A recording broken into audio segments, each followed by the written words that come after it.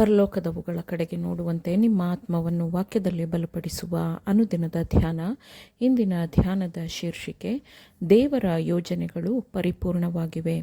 ಈ ದಿನದ ಸತ್ಯವೇದದ ವಾಕ್ಯ, ನಂಬಿಕೆಯಿಂದಲೇ ಅವನು ವಾಗ್ದತ್ತ ದೇಶಕ್ಕೆ ಬಂದಾಗ ಅಲ್ಲಿ ಅನ್ಯ ದೇಶದಲ್ಲಿ ಇದ್ದವನಂತೆ ಡೇರೆಗಳಲ್ಲಿ ಇದ್ದುಕೊಂಡು ಪ್ರವಾಸಿಯಾಗಿ ಬದುಕಿದನು.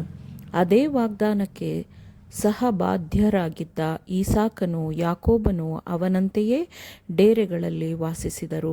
ಯಾಕೆಂದರೆ ಅವನು ಶಾಶ್ವತವಾದ ಅಸ್ತಿವಾರಗಳುಳ್ಳ ಪಟ್ಟಣವನ್ನು, ಅಂದರೆ ದೇವರು ಸಂಕಲ್ಪಿಸಿ ನಿರ್ಮಿಸಿದ ಪಟ್ಟಣವನ್ನು ಎದುರು ನೋಡುತ್ತಿದ್ದನು. ಇಬ್ರಿಯರಿಗೆ 11ನೇ ಅಧ್ಯಾಯ 9 ಮತ್ತು 10ನೇ ವಚನಗಳು.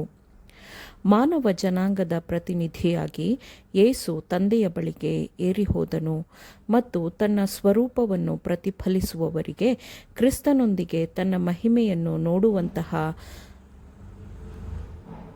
ಮಹಿಮೆಯನ್ನು ಹಂಚಿಕೊಳ್ಳುವಂತಹ ಆಶೀರ್ವಾದವನ್ನು ದೇವರು ದಯಪಾಲಿಸುತ್ತಾನೆ. ಭೂಮಿಯ ಯಾತ್ರಿಕರಿಗೆ ಅಲ್ಲಿ ಮನೆಗಳಿವೆ.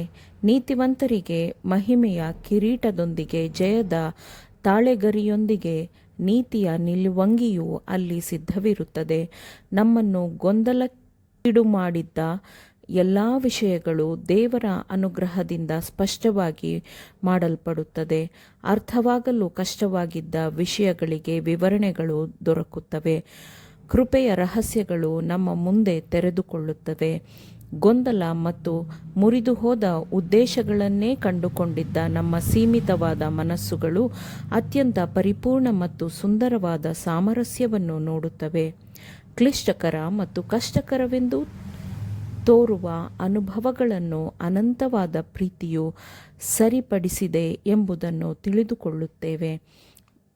ನಮ್ಮ ಒಳಿತಿಗಾಗಿ ಎಲ್ಲವನ್ನೂ ಸರಿಪಡಿಸುವ, ಎಲ್ಲವೂ ಸರಿಹೊಂದುವ ಹಾಗೆ ಮಾಡುವ ಆತನ ಕೋಮಲವಾದ ಕಾಳಜಿಯನ್ನು ನಾವು ತಿಳಿದುಕೊಳ್ಳುತ್ತಿದ್ದಂತೆ ವರ್ಣಿಸಲು ಸಾಧ್ಯವಾಗದ ವೈಭವ ತುಂಬಿದ ಸಂತೋಷದಿಂದ ಹರ್ಷಿಸುತ್ತೇವೆ.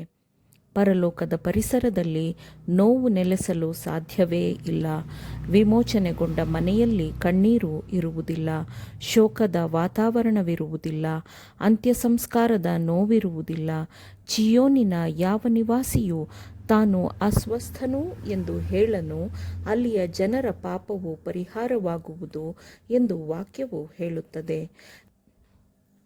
ನಿತ್ಯತ್ವವನ್ನು ಕಾತುರದಿಂದ ಎದುರು ನೋಡುವಾಗ ಸಂತೋಷ ಸಮೃದ್ಧಿಯ ಅಲೆಗಳು ಹೆಚ್ಚು ಹರಿಯುತ್ತದೆ ಮತ್ತು ಅದು ಆಳವಾಗಿರುತ್ತದೆ. ಇದರ ಬಗ್ಗೆ ಯೋಚಿಸಿರಿ. ಕಷ್ಟಪಡುತ್ತಿರುವವರಿಗೆ, ದುಃಖಿತರಿಗೆ ಇದನ್ನು ಹೇಳಿ ಮತ್ತು ಆ ಭರವಸೆಯಲ್ಲಿ ಅವರು ಸಂತೋಷಪಡುವಂತೆ ಮಾಡಿರಿ. ನಾವು ಯೇಸುವಿಗೆ ಹತ್ತಿರವಾಗುತ್ತಿದ್ದಂತೆ ಆತನ ಗುಣಸ್ವಭಾವದ ಶುದ್ಧತೆ ಮತ್ತು ಶ್ರೇಷ್ಠತೆಯನ್ನು ನಾವು ಹೆಚ್ಚು ಸ್ಪಷ್ಟವಾಗಿ ನೋಡುತ್ತೇವೆ. ನಾವು ನಮ್ಮನ್ನು ಉನ್ನತೀಕರಿಸಲು ಬಯಸುವುದಿಲ್ಲ.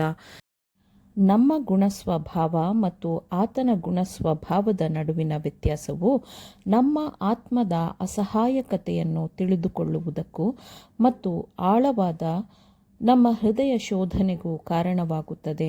ಆಗ ನಾವು ಯೇಸುವನ್ನು ಹೆಚ್ಚು ಪ್ರೀತಿಸುತ್ತಿದ್ದಂತೆ ನಾವು ಹೆಚ್ಚು ಪೂರ್ಣವಾಗಿ ಸ್ವಾರ್ಥವನ್ನು ಬಿಟ್ಟು ಸ್ವಾರ್ಥವನ್ನು ಮರೆಯುತ್ತೇವೆ. ಆತ್ಮದಲ್ಲಿ ಸೌಮ್ಯನಾಗಿರುವವನು ಅತ್ಯಂತ ಶುದ್ಧನಾಗಿ ಮಗುವಿನಂತಿರುವವನನ್ನು ಯುದ್ಧಕ್ಕೆ ಸಿದ್ಧವಾಗುವಂತೆ ಬಲಿಷ್ಠರನ್ನಾಗಿಸುತ್ತದೆ. ಆಂತರ್ಯದಲ್ಲಿ ಆ ಮನುಷ್ಯನು ದೇವರಾತ್ಮನ ಬಲದಿಂದ ಶಕ್ತಿ ಹೊಂದುತ್ತಾನೆ. ತನ್ನ ದೌರ್ಬಲ್ಯವನ್ನು ಅರಿತುಕೊಂಡು ದೇವರೊಂದಿಗೆ ಹೋರಾಡುವವನು, ನೀನು ನನ್ನನ್ನು ಆಶೀರ್ವದಿಸದ ಹೊರತು ನಿನ್ನನ್ನು ಬಿಡುವುದಿಲ್ಲ ಎಂದು ಯಾಕೋಬನು ಅತ್ತು ಬೇಡಿಕೊಂಡಂತೆ ಬೇಡಿಕೊಳ್ಳುತ್ತಾನೆ. ಅಂತಹವನು ಪರಿಶುದ್ಧಾತ್ಮನಿಂದ ಹೊಸದಾಗಿ ಅಭಿಷೇಕಿಸಲ್ಪಡುತ್ತಾನೆ. ಪರಲೋಕದ ಪರಿಸರವು ಅವನನ್ನು ಸುತ್ತುವರಿಯುತ್ತದೆ. ಆ ಮನುಷ್ಯನು ಒಳ್ಳೆಯದನ್ನು ಮಾಡುತ್ತಾ ಇರುತ್ತಾನೆ. ಅವನ ಪ್ರಭಾವವು ಕ್ರೈಸ್ತ ಧರ್ಮದ ಪರವಾಗಿರುವ ಸಕಾರಾತ್ಮಕವಾದ ಶಕ್ತಿಯಾಗಿರುತ್ತದೆ. ಅಗತ್ಯದ ಸಮಯದಲ್ಲಿ ನಮಗೆ ನಮ್ಮ ದೇವರು ವಿಶೇಷ ಸಹಾಯಕನಾಗಿರುತ್ತಾನೆ. ಆತನು ನಮ್ಮ ಹೃದಯದ ಎಲ್ಲ ರಹಸ್ಯ ಆಲೋಚನೆಗಳನ್ನೂ ಬಲ್ಲವನಾಗಿದ್ದಾನೆ. ನಮ್ಮ ಯೋಜನೆ, ಉದ್ದೇಶಗಳೂ ಆತನಿಗೆ ತಿಳಿದವುಗಳಾಗಿವೆ. ನಾವು ಕಷ್ಟಗೊಂದಲಗಳಲ್ಲಿ ಸಿಲುಕಿರುವಾಗ ನಾವು ನಮ್ಮ ಕಷ್ಟಗಳಿಗಾಗಿ ಆತನಿಗೆ ಮೊರೆಯಿಡುವ ಮೊದಲೇ ಆತನು ನಮ್ಮನ್ನು ಆ ಕಷ್ಟಗಳಿಂದ ಬಿಡುಗಡೆಗೊಳಿಸಲು ವ್ಯವಸ್ಥೆಗಳನ್ನು ಸಿದ್ಧಪಡಿಸುತ್ತಿರುತ್ತಾನೆ. ಆಮೇನ್. ದೇವರ ವಾಕ್ಯಗಳನ್ನು ಶ್ರದ್ಧೆಯಿಂದ ಆಲಿಸುವವರು ಮಾತ್ರವೇ ಆಗಿರದೆ ಪಾಲಿಸುವವರೂ ಆಗಬೇಕೆಂದು ನಿಮ್ಮನ್ನು ಉತ್ತೇಜಿಸುತ್ತೇನೆ. ಪರಿಶುದ್ಧಾತ್ಮನ ಸಹಾಯದಿಂದ ಆಲಿಸಿದ ನಿಮ್ಮೆಲ್ಲರಿಗೂ ಧನ್ಯವಾದಗಳು. ಮತ್ತೆ ದೈನಂದಿನ ಧ್ಯಾನಕ್ಕಾಗಿ ನಾಳೆ ಸಂಧಿಸೋಣ. ಆಮೇನ್.